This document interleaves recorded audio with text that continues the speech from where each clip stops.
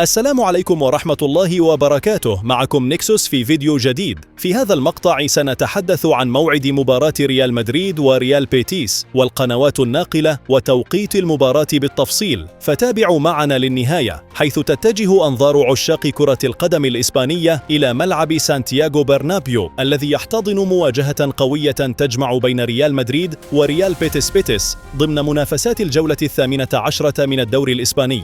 ويدخل ريال مدريد اللقاء مرشحا لتحقيق الفوز مستفيدا من عاملي الأرض والجمهور وقوة عناصره الهجومية وخبرته الكبيرة في مثل هذه المباريات، بينما يسعى ريال بيتيس إلى تحقيق نتيجة إيجابية ومحاولة مفاجأة الفريق الملكي بأداء منظم وطموح كبير.